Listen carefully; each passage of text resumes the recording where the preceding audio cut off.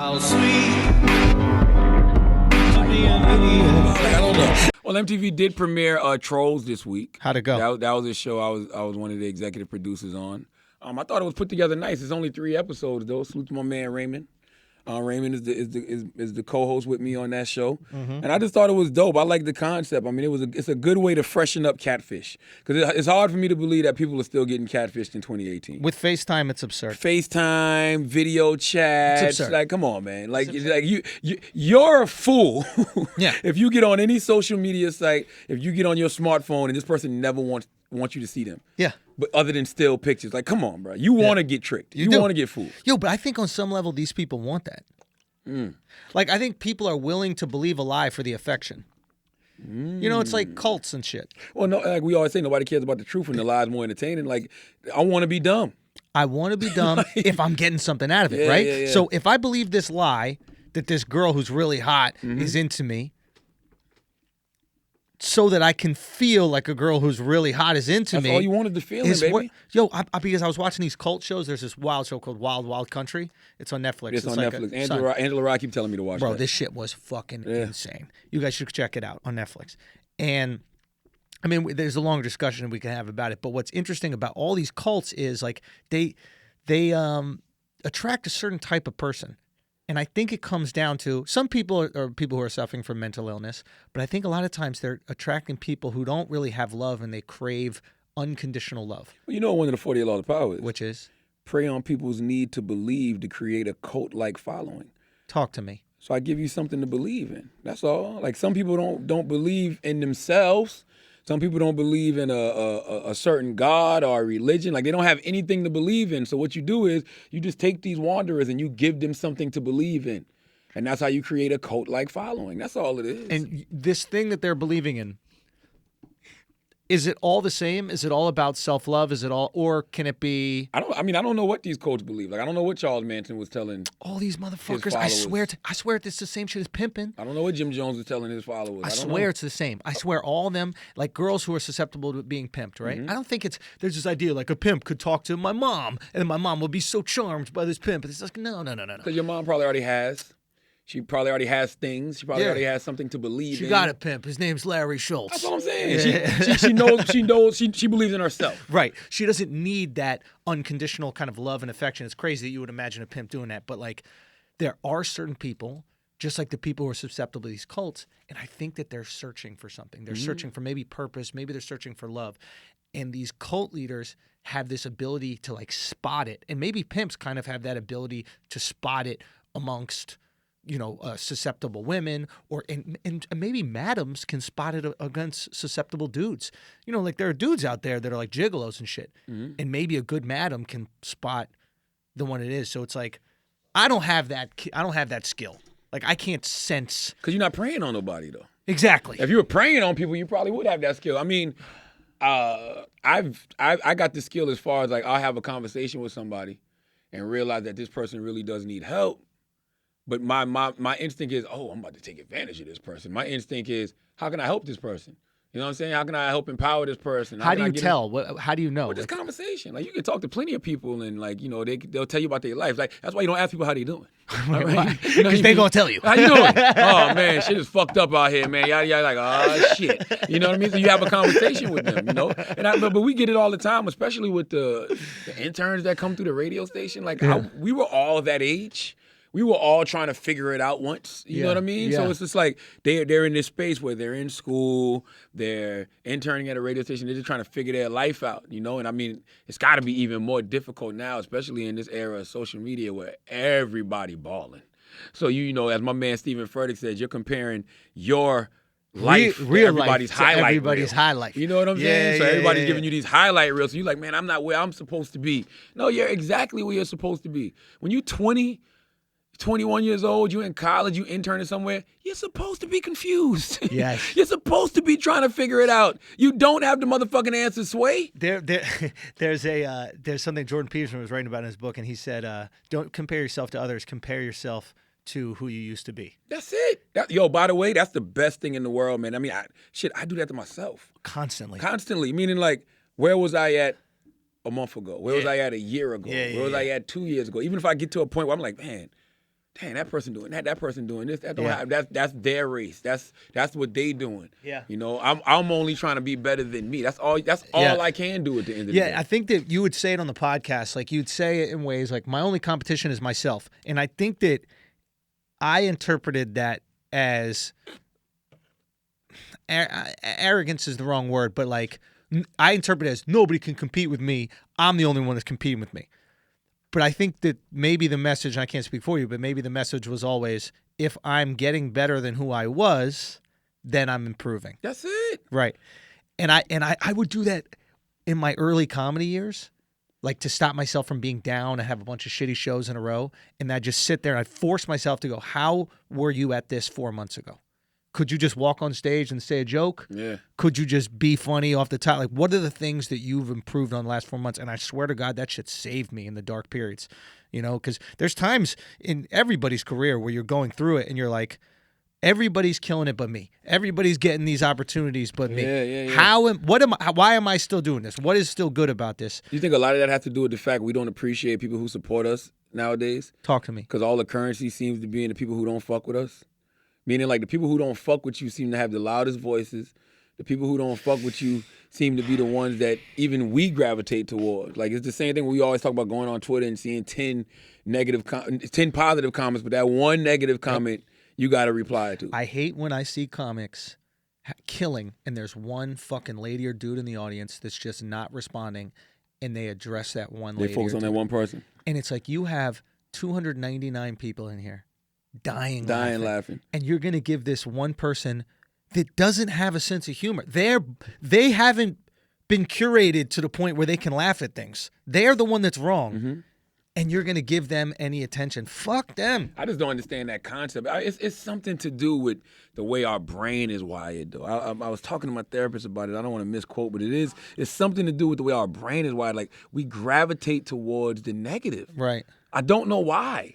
It's almost like that. That's why social media is so dangerous, because social media is all about validation. Yes. Everything you post, you're looking for some form of validation. Yes. Stop fucking fooling yourself. Yes, all right? yes, You yes, look yes. and you see how much likes your shit got. Yep. You look and see how much views your shit got. Yeah. You look to see if your shit got retweeted. You're not just posting because it makes you feel good. Fuck out of here. You're right. You see interesting stuff and you're like, I'm going to put this on my timeline because I know other motherfuckers going to fuck with it. You know what I'm saying? I'm going to tweet this witty shit out because I think other people going to fuck with that tweet. Stop lying to yourself. You post a picture of a dead dude and it don't get enough likes. Shit. You're like, I got to get there earlier. You doing that shit for I other was late. people's validation. Yeah. Nothing more, nothing less. Stop it. That's what the content is for. Yeah. So that's why social media is so dangerous, because I don't think that we need that in human life other than the people that are close to us. Yeah. Of course you want your mom to give you a pat on the back. Of course you want your dad to tell you good job. Yeah. Of course you want your wife, to say something good about you. You know what I mean? Yeah. That's what, like, we have to do that to our significant others too. Constantly tell our wives they're beautiful, tell your kids they're beautiful, whatever. We need validation.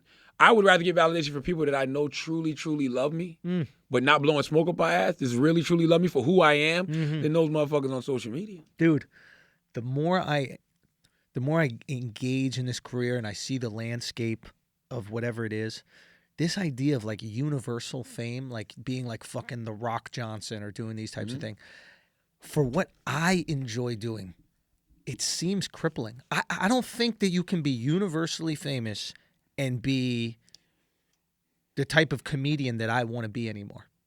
I think there was a time where you could be Pryor. There was a time where you could be and even those guys. I think Chappelle and Rock still get it off. They do, but even Chappelle and Rock get crazy shit for what they say. They You know don't what I mean? They don't care, but they do low key. Chappelle act like he don't care, but he does because he reacts to it. He responds to it. I don't ever see him respond to it. He was talking in articles. He's talked about it. Even in his next special, he responds to it and he talked about it. Like he felt it like necessary to say, I love the trans community. He felt like as if he never did before. He's just addressing it. All I'm saying is there's this thing that's happening where I realize I love making content for people to get it. One of the things I love about Brilliant Idiots, Flagrant 2, the podcast is like we get to create content and have these conversations for people who get it. We've curated an audience that understand. They might not agree with everything we say, but they get what we're going for. It's like it, on a certain level, you know how like art is in a museum and you got to go to the museum? So if you're going to choose to get up out your house and go to the museum, you already got some sort of background in what you're about to see. You know what I mean? You don't go to the museum to go, boo, boo, looking at a statue, boo, this is fucked up, that statue's problematic, da-da-da-da. Like, that's not what you're going there for. But you still, even though you may have a niche audience, if you have people, because I always say the person who, controls media controls the minds of the masses. So, at least once a week, 300,000 people tune into the Brilliant Idiot. Facts. So we are putting things in their head. So you have to be responsible with your platform in that sense. I'm not This saying goes back to cult stuff, right? Yeah. You can't say the wrong thing to your people and have them thinking some bullshit, have them thinking something that's going to make them kill themselves or kill other people or be down on themselves. You kind of want to uplift them. So I am very cognizant of, I'm just very cognizant of hurt, period, nowadays. Though. Yeah. Like just people I may have hurt directly or indirectly. You know what I'm saying? Like, I'm sure that's a therapy thing. Yeah. But I've definitely been picking up the phone lately and calling people and saying, I love you, man. Who'd you call? Who'd you hurt? I called my little sister. The one that used to hate? Yeah, absolutely. It was great. It was a great conversation. You know what I'm saying? I told her I love her, and I was like, yo, man, I told her why I was upset with her. What'd you say?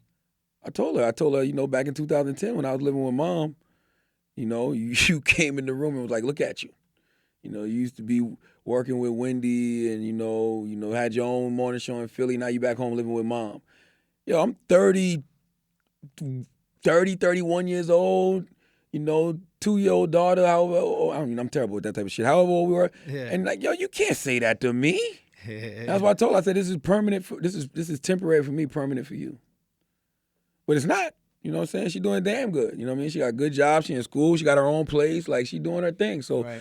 Salute to my little sister Ashley. But it's just interesting that I had my ego fragile.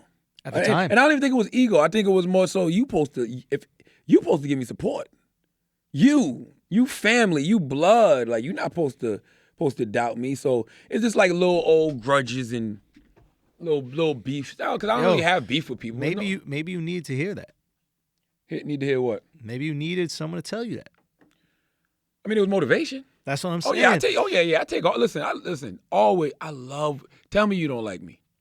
Tell me I ain't shit. That's my shit. Like, that's what I love. That's the energy I feed off. Like, I don't do well with compliments. Like, honestly, if you want to disarm me, compliment the fuck out of me. Yeah. You know what I'm saying? You want to put a battery in his back? Tell me I ain't shit. There we go. Because either way, I'm reacting the same way. You compliment me too much, I'm gripping my shit. Like, what you trying to do to me? Yeah, what you need? You know what I'm saying? I'm not turning my back to you so you can stab me in it. What's your problem? Yeah. And if you talk too much shit about me, I'm still gonna be on guard the same motherfucking way. Yeah. So it's just like, I did probably need that motivation. But there's adversity. You need a certain amount of adversity to find out who you really are. Right? All the time. And I was speaking to a buddy of mine who's... And you need adversity to see who everybody else is. Oh, facts. Because when you go through some shit and everybody on your ass, who riding for you? Exactly. Yeah, exactly. Yeah. That's how you find out who the homies are. I love it. I love the purge. Yeah. I love it. It purge. really is. Like, you know what? Good. Because when we come out on the other end of this next side... Now we thin. Now everybody eating. The circle's so small it's a dot. The arc is closed. You know what I'm saying? Nah, I got you. I know exactly who you are. Yeah. There's a buddy of mine I was talking. He's very well off. His wife is very well off, and he just had his first kid. And he was talking about how is he going to instill adversity in his kid? His kid is going to grow up very comfortable, way more comfortable than he grew up. Right? And he understood that in his life, some of the adversity that he faced created the person that he is. Mm-hmm. Right? You got kids that are going to grow up well off. How are they going to have enough tough circumstances to where they can develop thick skin, figure out who the fuck they are, what they can handle, just like you did? I think they will. But see, I think the problem that we have as adults is we think our kids got to go through exactly what we went through in order to get tough skin. They have their own set of circumstances. Yeah. They have their own obstacles. They got to choose between soy and almond milk. Maybe. That might be a challenge. The trials and tribulations. Listen, I would hate to have to navigate through this social media world. That's one reason I'm not letting my daughters get on that shit. Fuck that. So you say no to all social media? Why? They're too young for that. Like, yo, you're young, you're growing, you're gonna lose teeth, you're gonna go through the awkward phase. Like, you don't need none of that captured and people judging you based off that shit. You know what I'm saying? Like just grow and evolve. Now, when you get to 18, you can make your own decisions. You know what I mean? But I just don't think this thing is healthy. Now, I was reading a study that said Warren Buffett, Bill Gates, and I think Steve Jobs. None of them let their kids. none of them let their kids be on social All media. the tech dudes. This is what's crazy. All the tech dudes didn't allow their kids to have screens or be on social media. Because they understand the dangers of it. Because they hacked our brains. They did research that found out what we want. Yes. This is what's crazy, and this is what's kind of unethical. They did all the psychological research. You know, Zuckerberg and all these motherfuckers, they did the research in terms of how to keep us on our phones as much as we are. You know that they hold back likes? Every time we turn on Instagram, we want to see that we got some likes, right? Yeah. So what they do is, if they showed you all our likes and then we go back to Instagram, we don't have any, now we're not going to check it for a while. That's why you got to keep refreshing. So what they do is, if let's say you got 100 likes, when you go to Instagram, they're going to show you 50, right? Even though you got the 100, they're going to show you 50. Then you go back a little bit later, they show another 25. Then you go back, they're going on another 10. They spread it out so that every time you go, you always got some likes. Listen, they're gonna have to issue a Surgeon General's warning with social media soon, bro. Yeah, I'm telling you. for real, it's That shit dangerous, is son. fucking up your brain, man. Your brain is being hacked. So it's just like if the richest people in the world who created a lot of this shit don't let their kids on it, why would you let your kids on it? Yeah. Like, come on. Yeah, I guess I wonder if there's a way like where you can develop like a tolerance, you know? Like I wonder if there's a way where like I try to monitor it myself and I'm doing a shitty job of it, but when I feel my best emotionally, I'm only using it like after 10 o'clock. You just gotta put it down. I know, but it's fucking, dude, I find myself, this is pathetic, I find myself walking with my phone in my hands now. Fuck that. I used to have it in my pocket, right? That was the thing. I used to put it could be in a backpack. I don't even need my phone, whatever. Then I put it in my pocket, right? Now I find I'm walking with my hand just in case I get just in case. I'm like, what the fuck? Am I really addicted? Is this the fix that I need every few seconds? Can't I just be bored for a minute? Yeah. What's wrong with like I'm in the elevator in my building with other people in the building, right? It is too uncomfortable to just both of us stand there and look at each other. Have a conversation with the person. Bro, I want to, but they're in their phone. What, am I interrupt them on the Yeah, phone? be like, yo, what's up? How are you? Should I just be like, oh, put the phone down? Hey, listen, that's me all day. slap Like, that like, shit. listen, I'm gonna tell you my favorite thing to Fuck do. outta here, yeah. My favorite thing to do nowadays is kickbacks, right? Okay. I love you. Tell me you doing something at the house, I'm pulling up. Yeah. Oh, we eating at the house. Yeah. We drinking at the house. Oh, are we out? We coming. Yeah. I was at something last Saturday, me and my peoples. I dare you to pick up your phone. There's only 10 of us in this motherfucker. Yeah. We got food, we got drinks, we got weed, we got spades. You know what I'm saying? Yeah, like, yeah. There's no reason that we should not be having a lot of conversation. And that's what we had. And to me, that's the best shit. Like, we got to get back to just having like real conversation with each other. I got a whole chapter in my new book, Shook One, about that. Yeah. And it's about FOMO, the fear of missing out. Because I was thinking like, Can you also explain how to play spades oh yeah. for us Caucasian folks who my never God, learned it's that amazing. game? That's an amazing game. Okay. FOMO.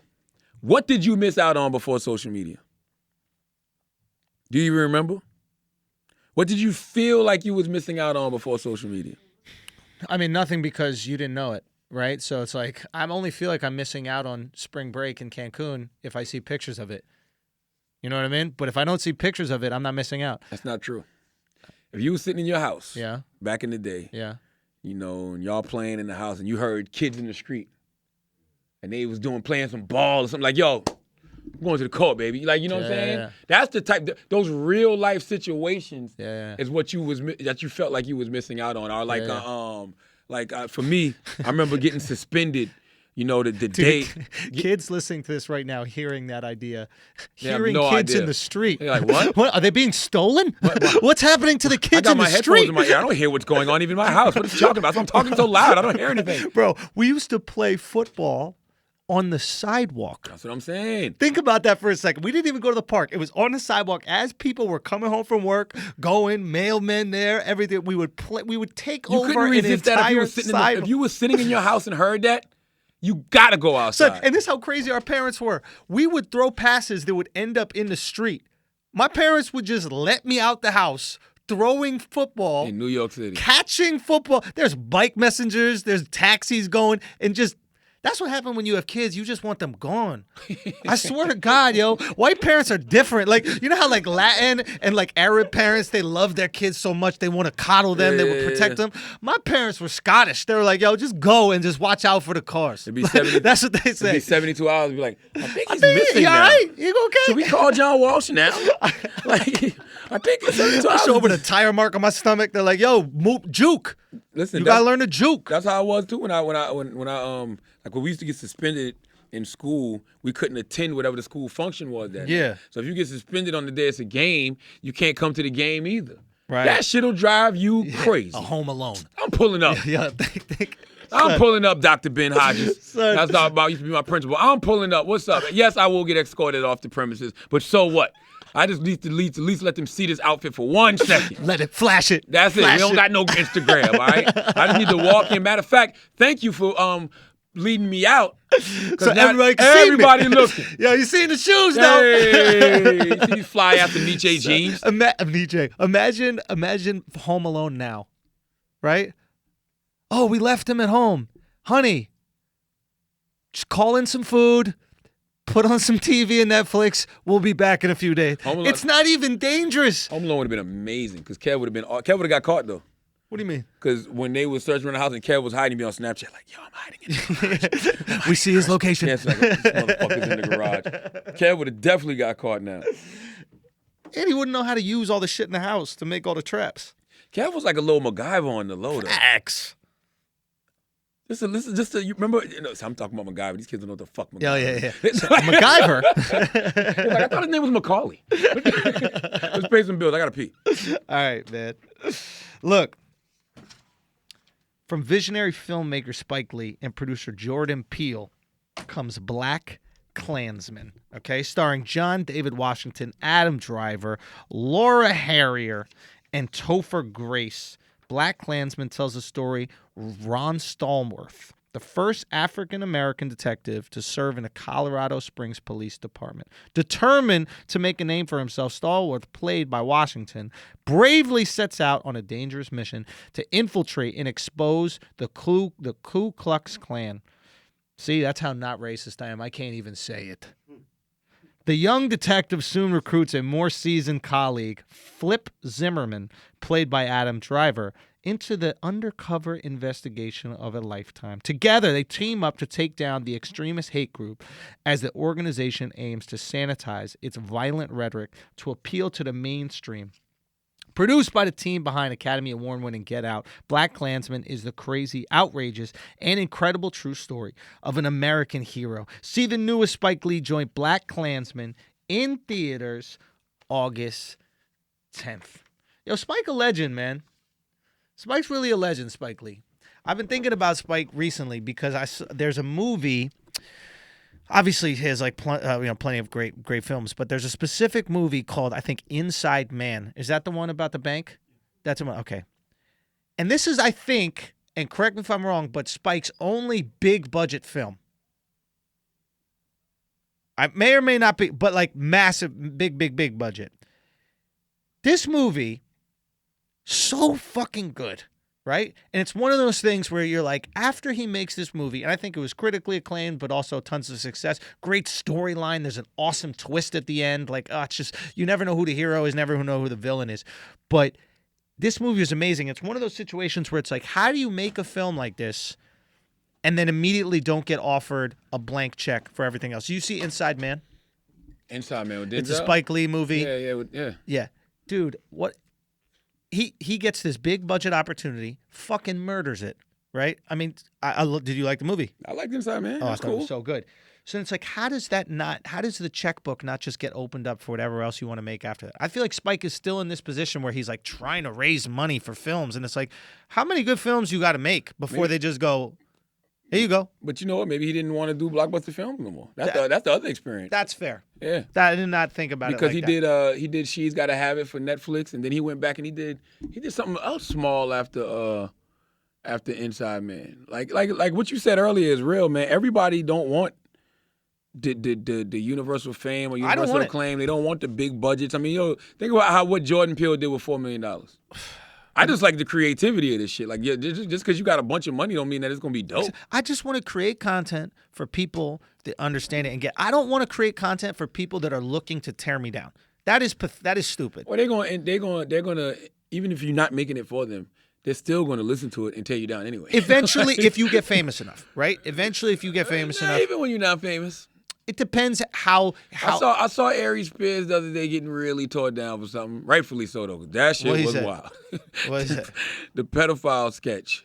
What he? Oh Jesus! You didn't see that? Nah, what happened? Oh, it was weird. I couldn't believe that somebody actually thought this was a good idea. What was it? It was just like he was pretending to be an old man watching a little boy. Okay. And it was like he was like in the tub with the little boy, and R. Kelly music was playing. Oh, it was stupid. It was bad.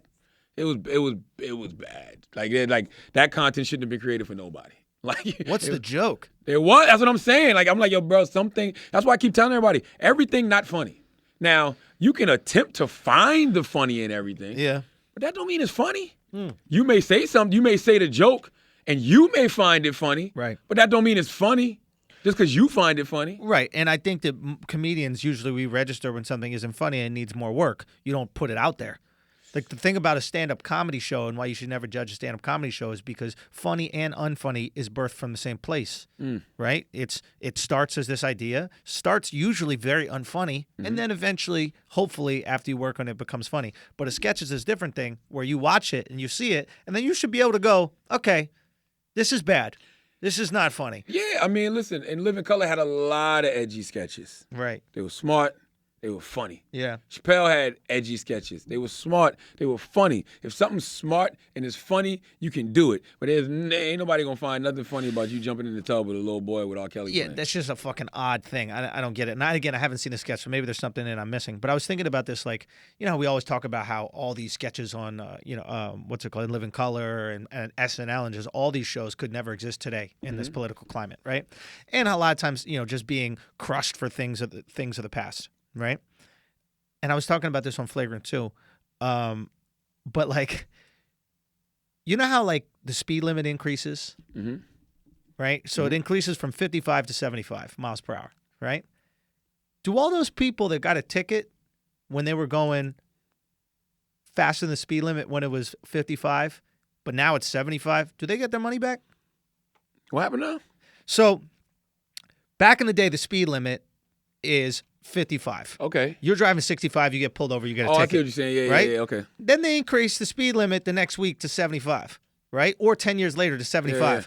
Do you get to call the government and be like, yo, can I get my money back for that ticket? Well, that's the argument they're having with marijuana now. Which is? You making marijuana legal in all of these certain places. And I'm in jail for weed. Yeah, can you let me out for weed then? So there's an interesting convo, right? It's like, on one hand, that the weed thing is great. Because on one hand, you have all these people that are being crucified for tweets from 20 years ago, that would be crucified for, you know, things out of context from 15, 20 years ago, right? You have all these people that are being crucified for that now, right? And then you have this situation where weed is going to become legal, and people are like, yo, now that it's legal, why don't we let all these people out? Because why are they in that situation? You know? I guess what I'm trying to say is it's hard to punish somebody for the morality of the past. We agree in the eyes of the law, once we change the law, you don't get your money back from the ticket. Do you know what I'm saying? We already agreed on that. But you shouldn't get your money back for the ticket. Right, you shouldn't. It's because like, you broke the law when it was the law. Like, as simple as that. Exactly, right? Now, even though the law has changed, you broke the law when it was like the law. when it was the law. Just like the weed situation. Technically, you broke the law when it was the law, right? It's tough to say. But at the same time, now you got to flip it. A DUI wasn't always illegal, right? I don't think the weed and the speeding thing is the same. That's fair. But let's look at DUI, right? Okay. A DUI wasn't always illegal. It wasn't even punishable by law. You were just driving drunk, and they pull you over. They'd be like, all right, come on, drive safe. They weren't? Son, no, there was a point in time where DUIs weren't illegal. I didn't know that. And then they became illegal, right? Motherfuckers were on horses. You can give someone a DUI on a horse. Well, I'm sure it was once cars were invented. Somebody looked that up. When did the first DUI begin? I would think as soon as the cars started coming off the assembly line. I mean, I think when they were going off the highway. Because I'm sure that not the people who invented the car was celebrating. Hell yeah. Son, 1897. You don't think cats were drinking and driving before that? Yeah, the people that made the cars, because they was like, boy, we about to get out. rich as fuck. We about to be fucking Bottoms trillionaires. up, baby. We invented, you won't believe what Bob just invented. He invented some shit that got wheels and a motor, and this shit is faster than any motherfucking horse in the world. You know, it's kind of weird when I start drinking this goddamn whiskey with it. It just starts getting blurry. Yo, that's the nice thing about horses. They're not drunk. No, hell no. You know what I mean? It's like when you drive in the car, you the horse. Hell yeah. Unless you got you a fucking Tesla. What's that shit Duval be driving that drive itself? The automatic driving That car. automatic driving shit. Unless you got some shit like that. Yeah, that's why I said they started letting girls drive in Saudi Arabia. Why? Because the cars started driving themselves. Jesus Christ. Listen, salute to Kylie Jenner, man. No, but my point is about this shit is like, so there was a time where DUIs were not illegal, right? 1910, the law is made. So 1910. everything before that, they weren't, right? Now, we acknowledge that back in before 1910, it wasn't illegal to drive drunk. Now, people did it. It was fucked up, but it wasn't against the law. Now, should we go back in history and punish? In 1911, did they start going back in history and punishing everybody that they found drove drunk and this, that, the other? They're hey, Alexander Hamilton, you piece of shit. You driving drunk. You know what I mean? George Washington, fuck you. Drive. Well, obviously they dead, but you know what I mean? All these cats, do we start, you know what I mean? Like, do we just start going back? I remember that one time with Ben Franklin, we was driving on a fucking highway. But I think you charge people according to what the laws were at the time. At the time. Yeah. Exactly. So now, I think the weed thing is different only because that's just fucking cruel and unusual punishment, bro. The weed thing is a bad Y'all example. motherfuckers out here making weed legal and I'm in jail for a pound. Fam. Like, Cats are in jail for less. Cats are in jail for a bag. Like, come on, man. So, again, the weed thing, I'm not even trying to make the argument. I'm talking about, like, people that are tweeting shit or saying things during a time where it was okay. Like, you got people like Stephen Colbert, right? Or even Jon Stewart making jokes about trans. They were making jokes about trans 10, 15 years ago, right? And now they're like, how could you ever do that? And we understand that because times change. People evolve. Yeah, People evolve. Cultures change. We must acknowledge that people evolve and culture evolves. That's a very smart statement, and I'm gonna tell you why that's a very smart statement. Even when you see people pull up, old videos and old audio and old tweets and all of that kind of stuff, you didn't care then. So what does that say about your sensibilities and where culture was? Can I hit the gong? You know Can what I I'm hit the saying? gong? Absolutely. So you, guess what, dog? Guess what? You didn't care then because you also thought it was okay. We all grew. We all grew. So you acknowledge, because you're offended now by this, that you've changed. So why can't you acknowledge that I've changed? You were fine with it 15 years ago when everybody was joking around, including, Jon Stewart, right, about this. But now you trying to go back and villainize people for shit that you also thought was okay? Yeah, you trying to give people DUIs back in 1890 when it's 1911. Yeah, I was I was looking at this old tweet somebody reposted of mine. They had a bunch of fake tweets going around too, but they had a real tweet. This one was real, and it said something like, if I was taking penitentiary chances with you while you was underage, you owe me at least 2 years of legal sexual fornication or something like that. Now, I was clearly talking about Tiger and Kylie Jenner. Yes. Like, I had a whole thread Yes. about Tiger and Kylie. This is when Kylie had broke up with Tiger after she became 18. I said that to Tiger when he was there. Yes. You know what I'm saying? I was like, yo, you've been taking penitentiary chances with Kylie, and she freaking dumped you as soon as she got legal. Don't you feel like, she at least owe you a couple years of legalness, right? Yeah. And he was like, I was really trying to catch him up. Yeah. But he was like, we was always just friends, whatever. Okay, buddy, all right, yeah. You know what I'm saying? So back then when I tweeted that 3 years ago, it was just ha-ha and LOLs. 3 years later, see? Charlamagne is a pedophile. I'm like, oh my God. Like, what you're saying is very true. The same people that retweeted that tweet because they thought it was funny. And again, you're speaking in. I didn't even want to say that just now because I'm feeling like they'll take that little soundbite out of context. Now, we're not going to do that because the people that listen to this show are different. We've curated a culture. We've curated a group of people. We've curated a cult. We've curated an army of people that understand what we're doing. Everybody who's not in the cult don't care. That's true. There are other people that are listening that are not in the cult. And thank you for your listenership.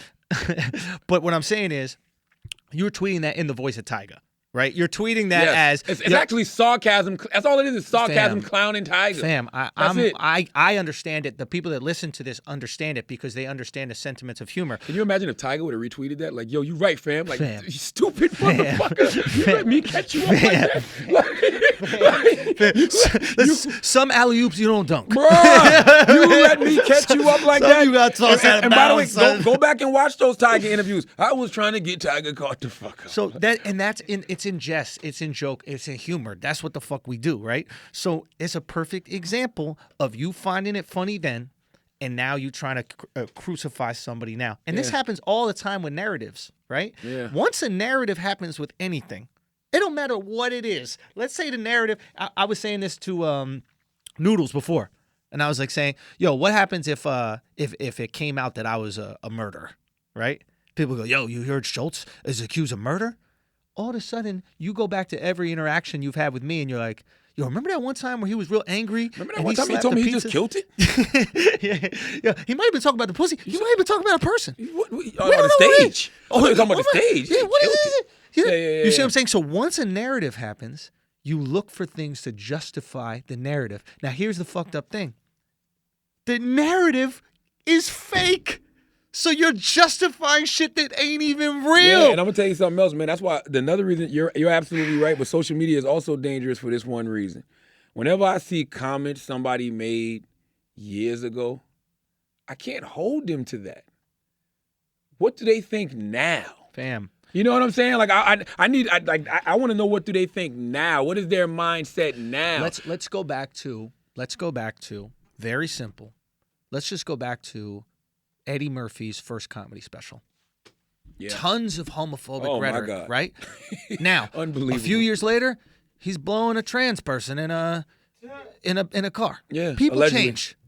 All I'm saying is people change. Yeah. You can go from, hey, gay dudes don't look at my butt to, hey, I'd like to see that gay dude's butt in very short amount of You're time. right. So now, allegedly, of course. But what I'm saying is, if people are able to change within 10 years, and we're talking about the general public, not only people in fame, the general public who found that joke hilarious, who found when he said the F word hilarious. I listened to that with my father.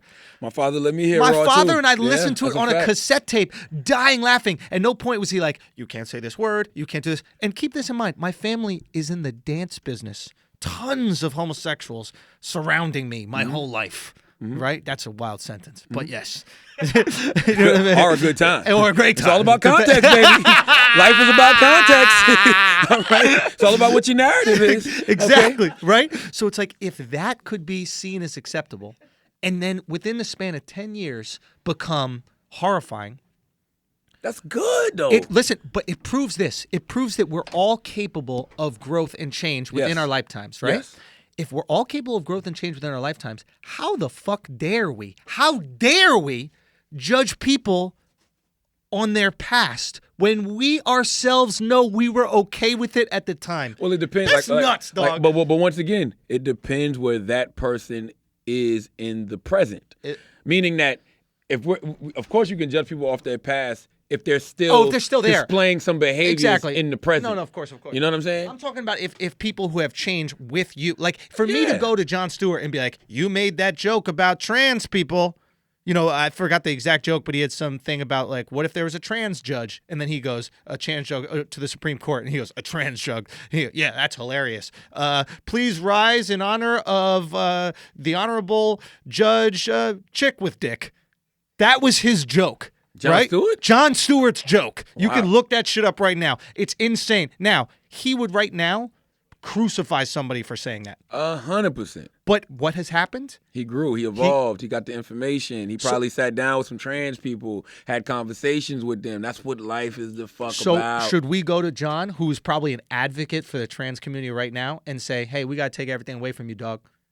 You made a joke in the past. Oh, we know that you're different now, and you're fighting for our rights and all that stuff, and you're being a good person. But sorry, you felt the same way everybody else felt 15 years ago, but you're gonna get punished. Nah, you gotta let people grow, man. Evolution is a beautiful thing. That's why I was saying, a couple weeks ago on the podcast when everybody was jumping down Jadina's throat because he what? Jadina, the singer. Everybody jumped down his throat because he, stole my quote, tried to remix it. That's what happens when things like that happen. But I always I always say this generation wouldn't allow Malcolm Little to become Malcolm X. Right. And then he said something to the effect of, well, you can't judge XXX Tentacion because, if Malcolm X died at 20, he wouldn't have been Malcolm X, yada, yada, yada. Okay, whatever it was. We know this already. But y'all do not allow people the chance to grow, because what y'all do is when you hear something that makes you feel a way in this moment, you reach back to the past and start digging up the old bullshit to solidify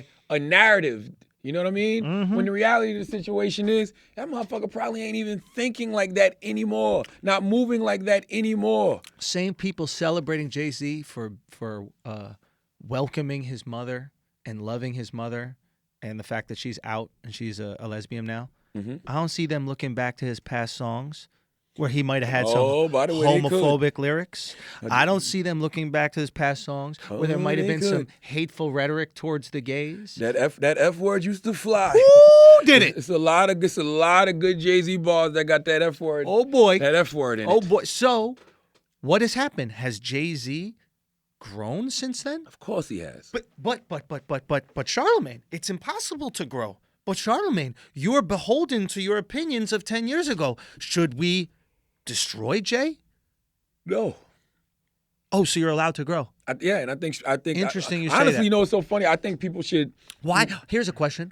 Why are the people that listen and judge the only ones that are allowed to grow? And why aren't the people that entertain and create?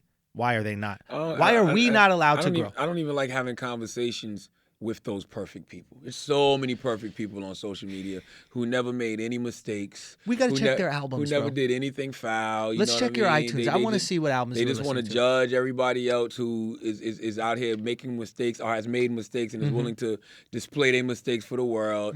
But I will say this. I think that people need to ask. Babe, give me a water. I think people need to ask these artists about that growth. I'm not drinking backwash after you. Ask these artists.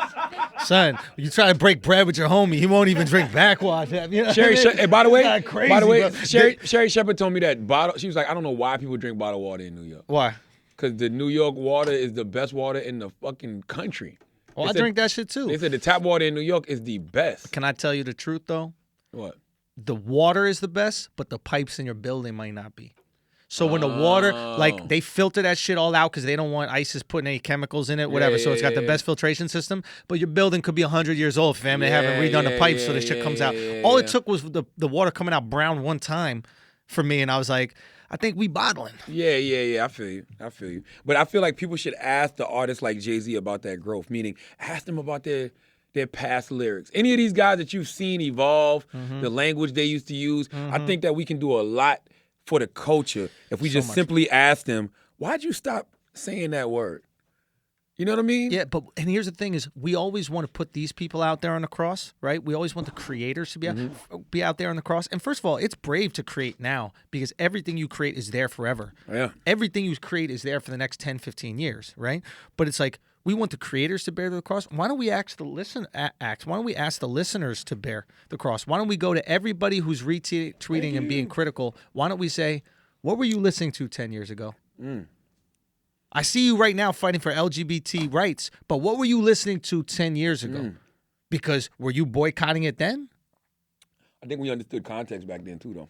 How about we just now, don't get me wrong. You had some rappers, like you had guys like, I think Ghostface said, men marrying men, ew, they got the urge. You know what I'm saying? Or Eminem might have said something like that too. Fam. But the thing is, it's like, I think a lot of people realize that people have grown and have evolved, and I think they understood the context of those words back then. Like when Jay-Z says, because F words hate when you getting money like athletes. You know what I'm saying? I think they knew they weren't talking about homosexuals. Yeah.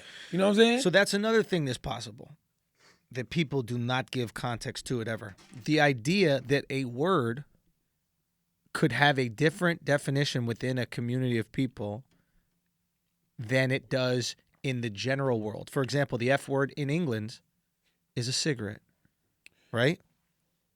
Yeah, but you got to be aware of context too. But you got to be aware of context. Yeah. So here in America, it is possible amongst groups of straight white men, the F word could also be used to signify being sissy. The F word could also be used to signify the end of your career.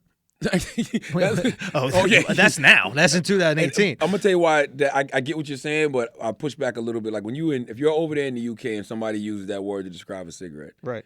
If you're gay, you're still gonna feel away.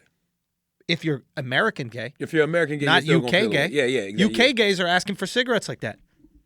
Yeah. You know what I mean? So if you're And might be asking for other shit. If you're American gay, you're gonna feel the way. And my thing too is like, I still can't tell you what language is acceptable. I can't tell you what language is acceptable. Sure. I mean, You know what I'm saying? exactly. There are tons of white people that are like, yo, when I say the N-word, I say it with the A at the end. It doesn't mean the same as if it's got the R. Fuck outta here. You can't decide how somebody ends up feeling about a word. That's absolutely true. But it's also true that someone might not have a hateful intention with a word. I'm sure there are white people out there who rap the N-word in songs and don't have hate in their hearts when they say it. No way, Jose. Who is this rapper that's doing the Hip Hop Fear Factor Challenge? There's no No, white not rapper a out there. rapper. I'm saying just a fan. Oh, got you. 90% of people in audiences for rappers are white, right? They are singing the N-word, and I don't think they're like, oh, I hate black people, I want to hold them down. I just think, oh, it rhymes with figure. Oh, I've been watching them sing the song of the summer all year long. I ain't going back and forth with You you. niggas, you know what I'm saying? I'm living my best life, and I ain't going back and forth with you niggas. I'm watching these white people singing their ass off, and I'm like, Yo, Duval really sing like a crackhead. I ain't going back and forth with you. Some crackheads got great harmony. My thing is this. Oh, hey, yeah, they're playing on the subway white every people- day. white Under people- the boardwalk. White people, leave that shit in the house. All right? Do not let Duval get you fucked up, okay? Because can you imagine? So white people are allowed to house N-word? Listen, can you imagine being a white woman at a party or something with a bunch of beautiful black queens? Oh, boy. And you like, I ain't going back and forth with you niggas. And then you go, smile, bitch. Smile, bitch. Whoa. You gonna see some wigs come off. Whoa, man! Now you want to talk about a Fear Factor challenge?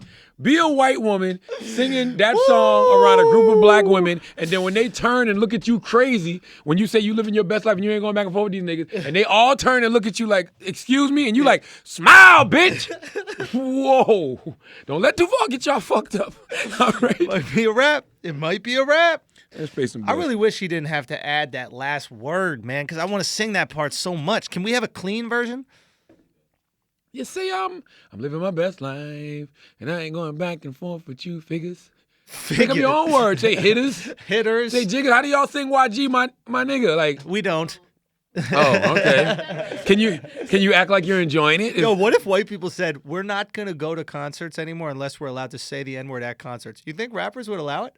That's 90% of the people to go. That's funny. If white people boycotted and we're like, listen, that's we're a hell not of a going to say social the word. experiment. We're not going to say the word anywhere else. But within the concert, I'm paying my $100, and we're going to say this word. Yo. I bet you all these Somebody gonna rappers do would be that. like, all right, it's good.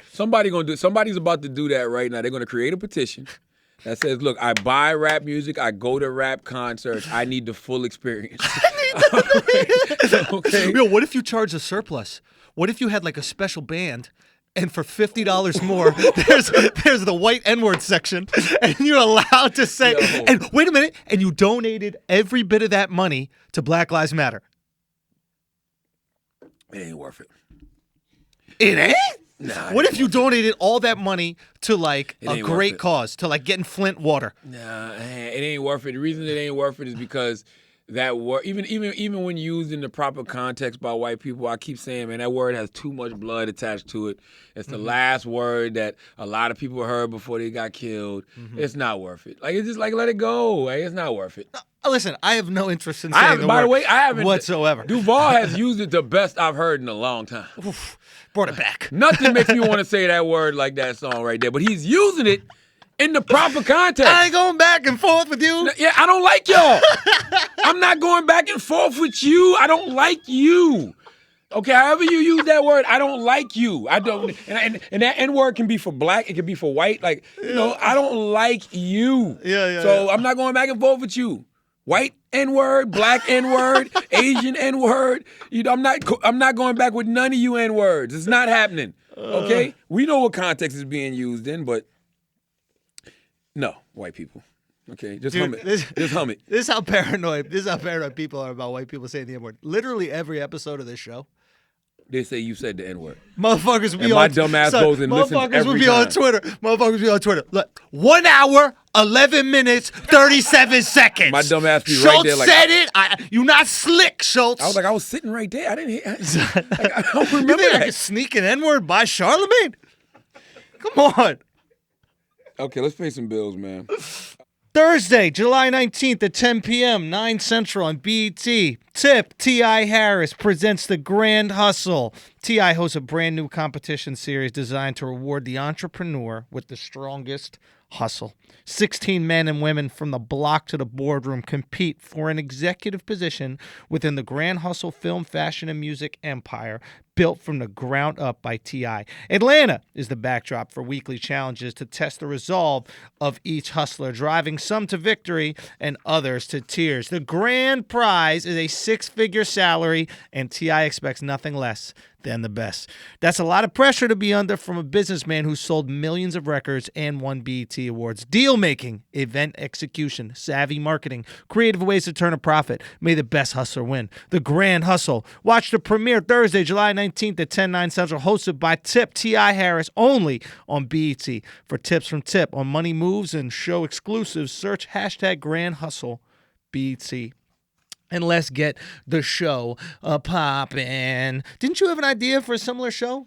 Well, we had a show back in the day. You wanted to do like Apprentice? Well, we shot the pilot. It was called The Plug. Okay. I guess I can talk about this kind of stuff now because it's not like the show's ever getting picked up. But Right, it was right. It was The Plug. Salute to my dude Doug Banker. It was me, Rick Ross, Dave Gretman, who owns live in Miami and owns what's the name of that restaurant in Miami that Grave owns? I can't remember right. And Vashti. We were the judges. And so basically, well, instead of we had people come and pitch ideas though, Right. not actual products. It was more so just ideas. So yeah, It was like Shark Tank. it was more like Shark Tank, absolutely. Okay. And if you had a dope idea, then we would fund it, but it didn't get picked up. We shot the pilot for it, and that was that. Okay. Yes, Okay. yes. MTV, tisk tisk. Well, when the legendary rapper Prodigy died last year, it was just a year to his death, too. After being hospitalized for sickle cell anemia, his friends and fans were shocked, okay? Now a new podcast called The Realness from WNYC Studios takes you inside Prodigy's life and music. Let me tell you something. It was a point where Prodigy was the greatest MC on the planet. Whoa. I'm telling you, man, it was Whoa. it was between that Infamous era, that Murder Music era, that HNIC era. It was a period where nobody was spitting better bars than Prodigy, man. Okay. All right? Using never before heard audio, The Realness will introduce you to the person behind the rhymes that hid years of excruciating pain, okay? Along the way, The Realness will talk with the Queens-based doctor who treated him and activists who wonder if Prodigy may have died needlessly, okay? The Realness is a podcast that goes behind Prodigy's music to reveal his lifelong struggle against his own body and how that struggle informed his lyrics and fueled his success. Listen and subscribe to The Realness wherever you get your podcast and learn more at therealness.org. That's therealness.org. Shout to Shook Ones, right? Look, Shook One, man, inspired by a Mobb Deep record. You know, Anxiety Playing Tricks on Me. The subtitle was inspired by the infamous Ghetto Boys record, Mind Playing Tricks on Me, because that is one of the greatest songs about anxiety ever. Okay? And you can pre-order the book right now at cthabook.com or go to Amazon or Barnes & Nobles. And salute to Kylie Jenner. The reason I'm going to salute to Kylie Jenner, because Kylie Jenner has a company that, how much they say it's worth right now? 900 milli. $900 million or something crazy like that. Yep. And, Why are we saluting Kylie and not Travis? What Travis got to do with it? Oh, I'm gonna tell you who else we need to salute. I'll tell you. Pat McGrath. Pat McGrath. Oh, yeah. Shouts to Pat McGrath. Pat McGrath actually has a company that is worth over $1 billion. So I don't know why all of these makeup companies, they must have just got audited or something, and they must have just, they're looking at the worths of all of them. You know what I'm saying? Because Pat McGrath company just came out and it's worth $1 billion in less than 2 years. Pat McGrath is an English lady. I didn't know. Listen, I'm gonna be honest with you. Yeah. Never heard of her till I heard about the Billy. Black English woman. Black English woman. I heard she was Jamaican though. Maybe Jamaican, but I think Yeah. she's from England, but Okay. maybe of Jamaican descent. Okay. But yeah, I had an ex-girlfriend did one of her the first things for her new line when she was breaking apart to Yeah. deal with herself. I think she was probably I don't know why I know about this, but I think she was one of the the heads of MAC or one of these big makeup ones, and then went on her own. Like Tom Ford was, I think, the designer for. What was it, Gucci or some shit? Somebody, yeah. And then he did his own thing, and then she killed it. And yeah, everybody in the makeup game, she's the elite one. But then Kylie came in and made $900 million as well. That's fucking incredible, man. Well, her company's worth $900 million. So Ball Alert had a great article. Okay. Because I think Forbes called Kylie Jenner self-made. Right. And they was, asking the question, is she self-made? Okay. I don't think Kylie Jenner is self-made. Who is? Somebody like Pat McGrath, and I'll tell you why. I mean, And anybody that comes from nothing is self-made. Now, when you have resources, access, and finances, that don't make you self-made, but it makes you a hell of a hustler. Kylie is a different type of hustler, clearly, than everybody in her family, because none of these other people came up with the idea to do this makeup. And she's leapfrogged everybody in her family to be like the richest person in the family. Now, Yep. that's hustling. Right. That don't make you self-made. So- Self-made is when you start from scratch. If you grow up in America or the first world, you don't start from scratch. Yeah, you do. No, you don't. you Growing do. up in Haiti is starting from scratch. No. Growing up in Somalia is starting from scratch. You do realize there's some places in America that have ghettos that are just as bad as a third world country, right? Yeah, but Pat McGrath wasn't from there, and neither was Kylie. My point is that everybody who makes it at the highest level, and you know this as someone who's had amazing success, you don't do it on your own. You do it with the help of people. You can't make $1 billion without other people. You just can't do it. 100%. So there's no such. You can't make $1 million without You can't make $1 million. So there's no such thing. The way that we define self-made, the way I define self-made is someone just didn't give you $1 million. If when it comes to any business, Pat McGrath got investors for her business, right? Like At some point. at some point she got it. Just like Kylie got Like Kylie is the head of the company. Do you think 551 was self-made? No, I had other people help me, man. But those are your jokes. Yeah, but the jokes are mine. But what I had Manhattan Productions shoot the special with me, right? I had my brother, shout out to Greg, me and him edited it. Like, there's so many other people that helped me, and I put my money up for it. But it started with you. The initial idea you made yourself. Now Right. flip that. Made self. Right. Self-made. Yeah. So the initial idea Right. was self-made, and you grew it. Right. You know what I'm saying? So I think it's a lot of people out here that's self-made. So self-made is if it's just your idea. I think so. Well, I think if- it's your idea that you bring to fruition, because you Gotcha. can be the poor kid with nothing who comes up with an idea and executes, and you can be the rich kid who has everything who comes up with no ideas So and if doesn't execute. Kylie came up with this idea by herself. I'm not saying she did, but if she did, does that mean she's self-made? No, it means she's a hustler, and I'm gonna tell you why. Because she has access to finances and resources where she can go get that shit done immediately. But so does Pat McGrath. Yeah, but not. I'm sure she didn't have it initially. I'm sure initially Pat came up with an idea and she had to hustle and scramble and do a GoFundMe, but I'm sure that she didn't have GoFundMe back then. But that's what I'm saying. She was at the top of her industry. She didn't start at the top. That's what No, I'm saying. of course not. We got to go back to the beginning. You got to go back to Jay-Z and Marcy projects. Bro, Kylie had to be in a reality show with no lips. Man, stop, man. Then she had to get lips. Do you know what I Yeah. mean? Make the lips good, make the lips sexy, and then she got her lip kit, But I guess what I'm saying is like And Kylie had the money to plump her lips up too, to get the little filler. facts. To make the lipstick look like, hey, look what it can do. Son, You know what I'm that's, saying? bro, Like, that all- convinced everyone, right? All of that takes money and resources. That's not. I think she's a hustler. So I guess what's the difference between like getting an investor and like your investor being your mom? Getting an investor, if you created an idea from nothing, being in the hood where there's no resources, and because no investor is just going to invest in you unless they know you already got. So you could only money. be self-made if you're from the hood. No, you can only be self-made as if you are from the hood or from poverty, some poor and disenfranchised area, and created an idea and kind of like started investing in yourself to show people, because that's what Jay-Z essentially did. Sure. I hate to use entertainment, but that's what he essentially did. They came up from the hood and they invested in themselves to make other people feel like, oh, I gotta fuck with them or I'm gonna miss out. The same thing when these dudes design these apps and shit like that. Sure. Like, yo, buy that shit. Facebook, you better buy fucking Instagram. Facebook, you better buy Snapchat. These motherfuckers done created some shit. We better buy them before they pass us. Right. So okay. So here's an example outside entertainment. My mom is from Scotland. Stops going to school around 15 years old. Ends up being a ballroom dancer. Comes to America. She's working as a secretary for like the Australian consulate, but then she's also dancing. She becomes 3 times U.S. ballroom dance champion. Ends up starting a dance business and teaching dance lessons. Meets my father. My father's father dies. My grandfather dies, and they get a little money. right? And my mom is really bullish about buying this place where they can have a dance studio. So my dad uses that money so they can buy the place and they can have the business. But it's my mom's business, right? She started it. She grew it. She was 3-time U.S. Ballroom Dance Champion. She was the one with all the skills. But my dad invested some business sense, but also... I would say she's self-made. Now, I would go, you're self-made, but at the same time, there's somebody that's giving her money. I think my mom's self-made, but I also think Kylie's self-made. But he didn't give her money, though. He gave her money based off a craft that she invested in herself. Right. And she made herself such a great ballroom dancer that it would be a no-brainer. So here's the thing. A company basically went to Kylie and was like, yo, we should do a lip thing. And then Kylie was like, okay, use my image for the lip thing. So we can't go, she's self-made. No. Whereas Pat McGrath has been in makeup her entire life, and eventually she got to the point Yes. where she's like, I'm doing it. So And there.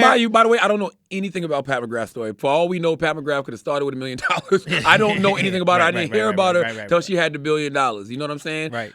I don't even know why I can't even co-sign the fact that she's self-made, but somebody said that to me today. Actually, when they were talking to her, Right. they were talking about Kylie. It was like, now she's self-made, and they was breaking it down for me how she's Jamaican and yada yada yada. Right. I think anybody who comes from the bottom and they have a craft and they make themselves great at that craft and they keep hustling that craft, and somebody comes and makes an investment in that craft, to me that's self-made. Is Jordan Peele self-made? Yes. I'm gonna tell you why. I would agree. I don't know Jordan's origins. Like I'm only gonna speak from the Get Out situation. Yeah. 100%. Yeah. Because he had to raise that money. He had to get people to. He had to make this idea. Right. I made this idea myself. Yeah. This idea for this movie called Get Out. Yeah. I just need this amount of money to get this shit done. He got the money, but he made the idea himself and hustled it, got the investors to do it. $4 million that's a hell of a flip. Question. $4 million to over $200 million? Amazing. Shit. Incredible. I think he's self-made. Let's say we found out, hypothetically speaking, that makeup has been Kylie's passion the whole time. She had this idea for the lip kits, and she was like, hey, why don't we give myself some plump lips, and I'll make lips my thing because I think lips are really important, et cetera. And then let's do a lip thing around the fact that my lips are this big news story. Matter of fact, I'll like over plump them so everybody's talking about it. Like, let's say this was all by her design. And then she gets her parents or somebody else to invest the money in it. Could we consider her self-made too? No. If it was no, She even got though too much access, too much resources. Like she literally, any of them can wake up tomorrow and literally do whatever the fuck it is they want to do. So the difference between being self-made and not being self-made to you is like a stranger giving you the money? Nah, it's just it's coming up with the idea yourself and being in a situation where you don't have access to any of these resources financially. But everybody does. You just got to ask. No, they don't. No way. It's a kid right now growing up in the hood of Chicago who probably got a great idea for an app and don't even know who the fuck to talk to. Sure. You know what I'm saying? But that Alex exact is raising his hand to say something in the What? classroom. Alex? No, of course. I mean, like Zuckerberg stole Zuckerberg, the idea. he stole the idea. It wasn't even him. He did so steal the idea. So you can't say it's Oh. him. Now he made it better, but he stole the idea, right? And he fucked other people over who are working on the idea with him. So you can't say But he didn't have no money though. He didn't have money. So your big thing is He money. didn't have resources. My big thing is the creative. If you think of the creative yourself, right? Now we're getting tricky. What if your business is investing in other businesses? I mean, That's fine. like you can be a self-made real estate entrepreneur 100%. by just you finally buy your first place, then you use the equity to buy another place. You can be a and that self-made kind of stuff. investor. You can be a self-made I got investor. into a car wreck. I got $250,000 settlement. Let me flip this. So I just started investing in apps. Boom. First app I invested in was motherfucking Twitter. Exactly. You know what I'm saying? Yeah. First app I invested in was fucking Instagram. Now I'm worth a couple $100 million. So now I just keep flipping my money as an Now, investor. are you self-made or did somebody drive shitty? I'm just saying. I'm gonna say you're self-made. And I'm gonna tell you why. Because you made yourself go to the motherfucking chiropractor to fake an injury. Like, you know what I mean? My back motherfucking hurts. I want to go back to Zuckerberg real quick. Okay, go. I think Zuckerberg is self-made because not only do you have to be self-made, you have to be a hustler. Because the guy who had the idea, why didn't he get it done? What was he doing What did Zuckerberg do that guy who initially had the idea didn't do? Well, he didn't know how to code, and Zuckerberg knew how to code. All right. So Zuckerberg made himself a code genius by going to school or however he learned. I don't know how the fuck. I don't remember. Right. I don't remember the movie. Yeah. But however the fuck Zuckerberg learned, he learned coding. So he made himself learn coding. Same thing with your mom, who made herself a great ballroom dancer. Right. So you word? You got the idea? I know how to do code. The ideal thing would have been to partner up. But Zuckerberg said, man, fuck that. You know what I'm saying? I'm out. All right. I mean, to a certain extent, my father. That's interesting you say that. My mother and father had the conversation about how to teach these lessons, and before then, it was always private lessons. That's how you made money. And my mom trying to kind of switch the dance business in that, like, she was like, no, let's do group lessons. I'd rather teach 30 people than teach 2 people, right? Because 30 people can each pay a certain amount. There's more money in that, et cetera. And the average people that are taking lessons don't want to be professionals. They just want to be like conversational, dancers, that kind of thing. So maybe in a way that was similar to the Facebook situation. Only, my mom didn't Zuckerberg my dad. They stayed business partners forever and had children, and everything is history. But I guess when it really comes down to is you feel like this access to money is what inhibits you from being self-made. And I feel like I think if you have money, you can't be a self-made investor. Yeah. But if you have money, you can be a self-made artist or a self-made creative, because you're taking your creative idea and you're leveraging it into way more money. Yeah, I think is Trump a self-made?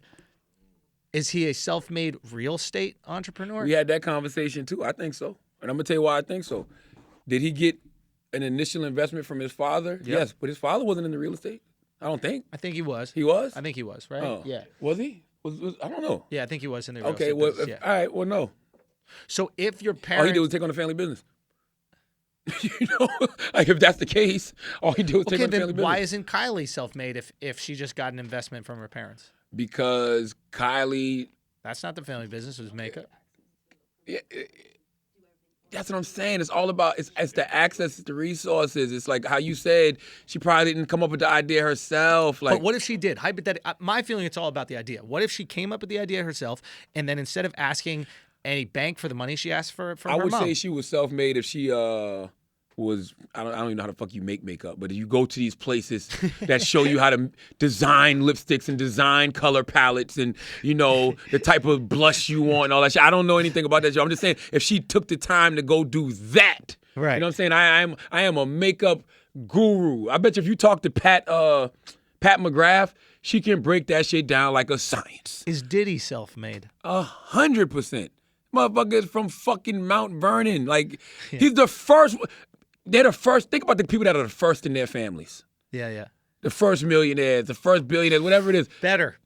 Is Jay-Z self-made? 100%. Why? Other people gave him money. No, he came from the projects of Marcy. But other people gave him money. Like who? Who was the drug dealer investor who put up the money for Rock?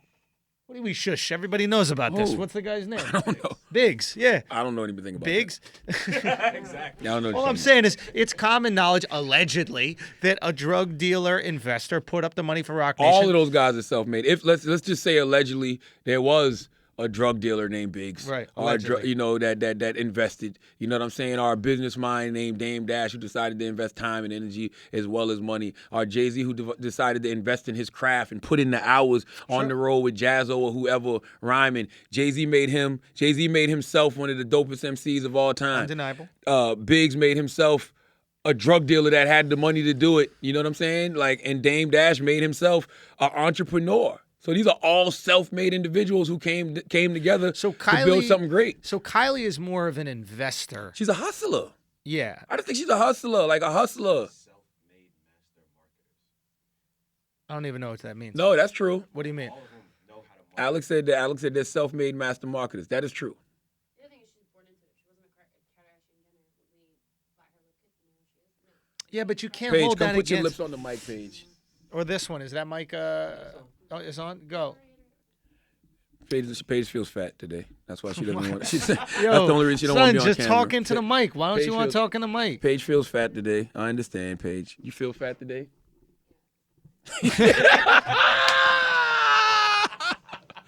But Paige Yo, just when said, she's skinny, she talking. Oh, when right? she's skinny, she back on that there, she mic. can't Look, I wait. look, my one neck. As a woman, I would like to say that my voice is not being heard here. but she basically said that if she wasn't a Jenner Kardashian, nobody would care, and that's the truth.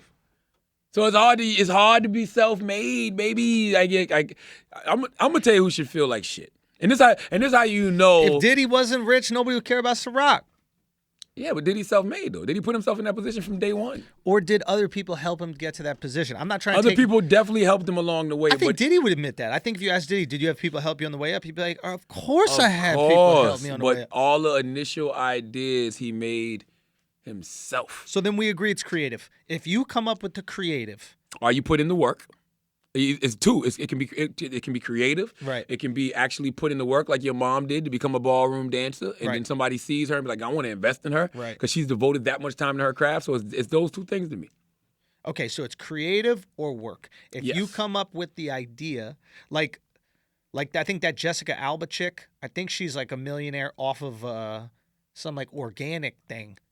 Right? I Doesn't heard she about do that. I like can't organic remember, though. juices or something? Like she way Yeah. more money off of this organic shit than she did off movies. Like Yeah. so we could say she's a self-made millionaire off of the organic hustle, but maybe not a self-made millionaire off of acting because you had these other people that are like, hey, here, you're in this movie. Let me do this for you. Yeah, It's yeah, not yeah. a big deal. Would that be fair? Yeah, I don't know. Yeah, I mean, see, that's a different type of hustle though. Like if you What, acting? no, being self-made? No, if you're Jessica Alba and you took the time to research the organic juices and why this would be a good idea and Yeah. like, yo, this would be a great investment. Like, yeah, why wouldn't I call that self-made? I think anything you make yourself do to the extent of, I don't know how I can make this happen. I'm doing this shit from fucking scratch. Mm-hmm. You could be self-made in that department. I just don't look at Kylie like that because Kylie can literally just turn around and say, hey, this is what I want to do today. Mm-hmm. Like she's got all the resources, all the access, everything is right there. Even down to cosmetically altering her lips to where she can really sell this motherfucking lipstick. Kylie did glow up. She did. That's something that Absolutely. nobody wants to acknowledge. I think everybody acknowledges it. Really? Yes. So they criticize her. They criticize her surgery, but it did improve her. Like everybody's like, "Oh, she's had so much work done." It's like, yeah, and it worked. Yeah, like- I don't think people have a problem with that. That's a thing. Like It is. I think it's plastic surgery is something that we criticize only when it's bad, Yeah. right? But the second that shit is good, Yeah. Nobody says anything. Right, we're like, matter oh, of fact, okay. when people give it a compliment, they be like, "Well, that ain't real." oh, dude, that's the first thing girls say. What I love saying is the girls who got fake tits, I love acting like they're real and watching other girls who have real tits that are all saggy and shit freak out. They are fucking furious about that shit. Why you looking over? Because you got something to say, huh? Yeah, see, girls be so upset about that. Why are you jealous of these fake titty queens? I'm not talking about your boobs. You got fake tits? Speaking of tits, you think Rob Kardashian's upset that Kylie's worth $900 million? You big brother, bro. You can't. You big brother, and you got socks. Nobody wants to buy nothing from Rob. Yo, but that's all a fat person could sell. Maybe Rob is selling socks though. I don't He know. is selling socks. I never bought any, but I ain't buying your I didn't know socks. Chloe sold jeans. Chloe selling jeans? Chloe got jeans in like stores. Oh, I was hoping she wasn't selling like her genetics. That'd be great.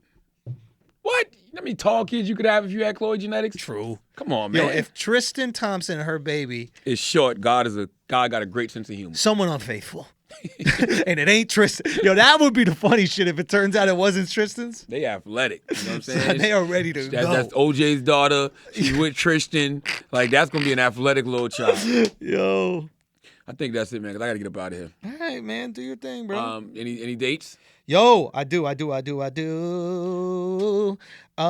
Hey, man, so I'm going to be in Belmore, Long Island this weekend, Brokerage Comedy Club right there. And then I'm also going to be in Montreal for the Just for Laughs Comedy Festival, so make sure y'all come check that shit out. My headlining show is sold out, but I think I'm going to be doing some other shows. I'm going to be doing a Kevin Hart taping for LOL. You could go check that shit out. And there's going to be probably a couple other shows there, so if you want to go peep that. Then I'm going to be doing Seattle, August 16th. Vancouver, the 17th. New Brunswick, New Jersey, September 6th through 8th. London, the 11th and 12th. Antwerp, the 13th of September. Amsterdam, the 16th of September. Oslo, the 17th of September. Copenhagen, the 18th. Stockholm, the 19th. Boston, September 22nd. Portland, September 26th. Sacramento, the 27th through 29th. San Jose, the 30th. Chicago, October 12th. Milwaukee, the 13th. Madison, Wisconsin, the 14th. Tempe, Arizona, the 10th of November. Now we're in November. Albany, 11/23, the 23rd of November, the 24th of November. That's Thanksgiving weekend. I'll be in Syracuse. Then December 1st, I'll be at Atlanta, okay? Atlanta, I want you to go get those tickets for these shows, man. They sell out quick. Don't be the one telling me week of, hey, how can I get tickets for the show? I told you now. Just go to theandrewschultz.com. Theandrewschultz.com. Go get those tickets. Spread the words. Bring the family. Bring the army out. I love y'all for supporting what the fuck I do. Thank you so much. But get them early, man. And also, if you guys get them early and it sells out quick, I can try to add other shows. I'll try to do as much as I possibly can to get y'all to come to the show. But thank y'all so much, man. Cool. As always, if you listen to this podcast, you think we're smart, you think we're intelligent, you think we're brilliant, you're absolutely right. But if you listen to this podcast and you think we're just a couple idiots who don't know shit, you're right too. It's the Brilliant Idiots Podcast. Thank you for listening. Peace. And thanks again to Blind Spotting for supporting today's episode of Brilliant Idiots. Lifelong friends David Diggs and Raphael Cuso co-write and star in this timely and wildly entertaining story about the intersection of race and class set against the backdrop of Oakland 2018. Discover the movie that everyone is talking about. Check out the trailer and get tickets to see Blind Spotting coming to select cities July 20th and in theaters everywhere July 27th.